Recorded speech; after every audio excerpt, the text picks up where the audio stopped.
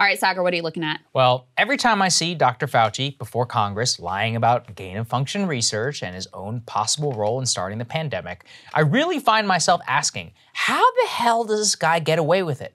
Intellectually, I know the answer. Fauci was built up by cable news as the hero, while Trump was the villain. The Democratic base loves him, Democratic senators thus protect him, and the media stays silent, hoping all of us will just move on from questions around gain-of-function research. But as time marches on, as more evidence rolls in supporting the lab leak hypothesis, the more outwardly transparent Fauci has been in his lies and in his ultimate aims as to why he covered up his own involvement in funding the Wuhan lab in the first place. For those who aren't entirely familiar, here is a very brief reminder. Dr. Fauci is the head of the NIAID. The NIAID is the largest granting organization in public health. Fauci greenlit a grant from the NIAID to a group called EcoHealth Alliance, which then funded the Wuhan Institute of Virology, which was conducting something called gain-of-function research on bat coronaviruses. Gain-of-function research basically means engineering viruses to be more powerful than they are naturally, with the theory being that the research will allow scientists to be prepared in case that virus ever naturally mutates and becomes more powerful in the future, and then we could fight it. From research, that's the theory.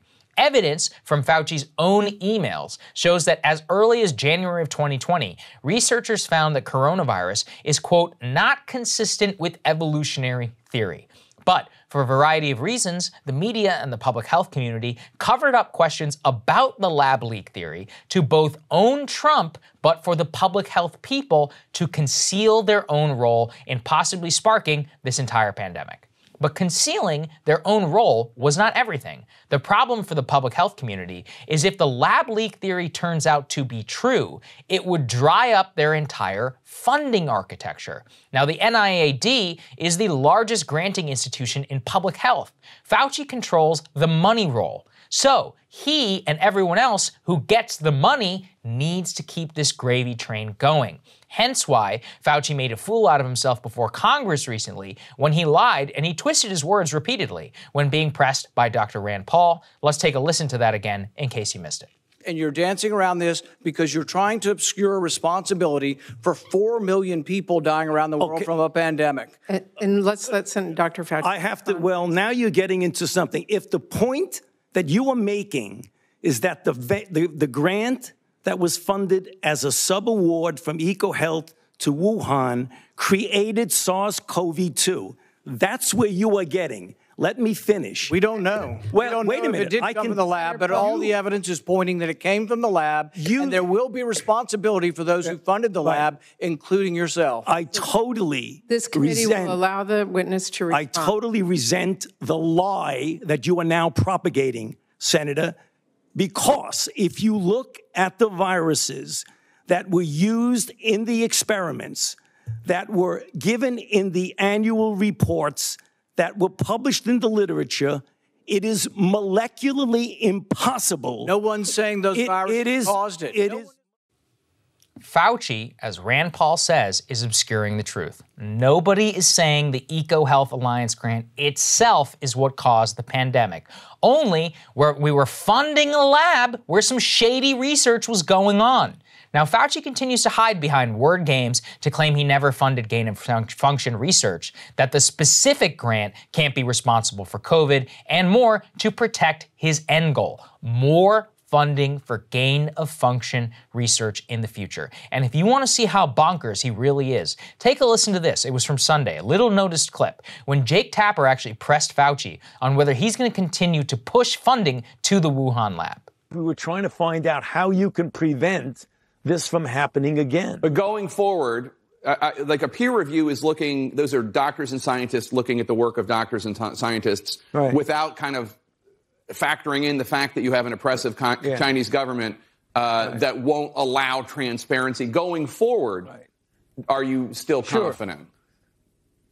But going forward, we are always going to be very, very careful, go through all kinds of review, including the risk-benefit ratio.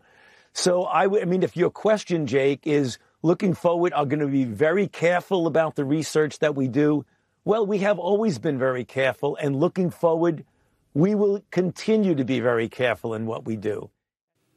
Translation, we will continue to fund a lab known to be cited for multiple safety violations. We will continue to circumvent our own reporting protocols and will ignore the mounting evidence that COVID-19 likely came from the Wuhan lab.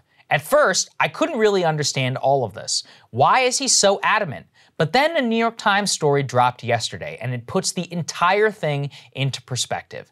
Fauci's master plan to respond to future pandemics is to ask Congress for billions more dollars to create, quote, prototype vaccines against 20 families of viruses. The theory being that more research can create the underlying technology such that when a future virus emerges, vaccine production can be sped up. Now, whether this requires gain-of-function research or not, it's unclear to me right now at this time of the writing. But the underlying power structure tells me everything I need to know.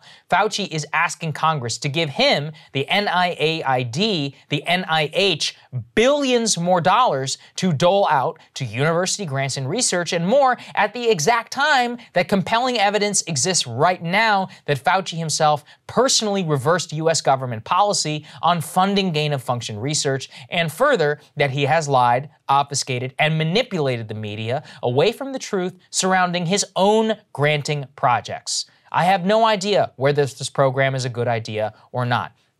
Maybe it is, maybe not. But I know that I sure as hell do not trust Dr. Anthony Fauci and Francis Collins, the head of the NIH, two figures who may have been intimately involved in developing dangerous gain-of-function research to spearhead any future pandemic preparedness. I think we've had enough from them both.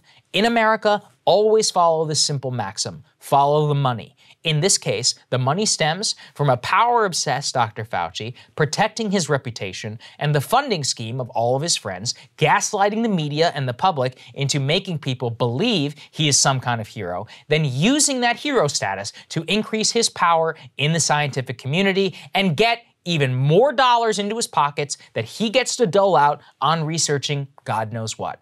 I have an idea. Before Congress hands Fauci billions of dollars to spend on whatever the hell he wants, as if that didn't end badly the first time, how about we have a Wuhan commission?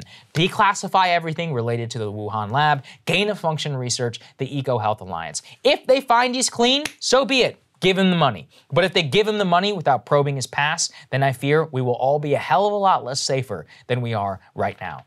And really, Crystal, it takes following the story for months and months to be able to put it all together. Hey guys, thanks so much for watching. That's right. Just as a reminder, you can become a premium subscriber today. Watch the full show completely uncut, our reactions to each other's monologues. You get to listen to it. You get to ask us questions, all that good stuff. Link is right there in the description or at breakingpoints.com. Best of all, great way to say screw you to the mainstream media.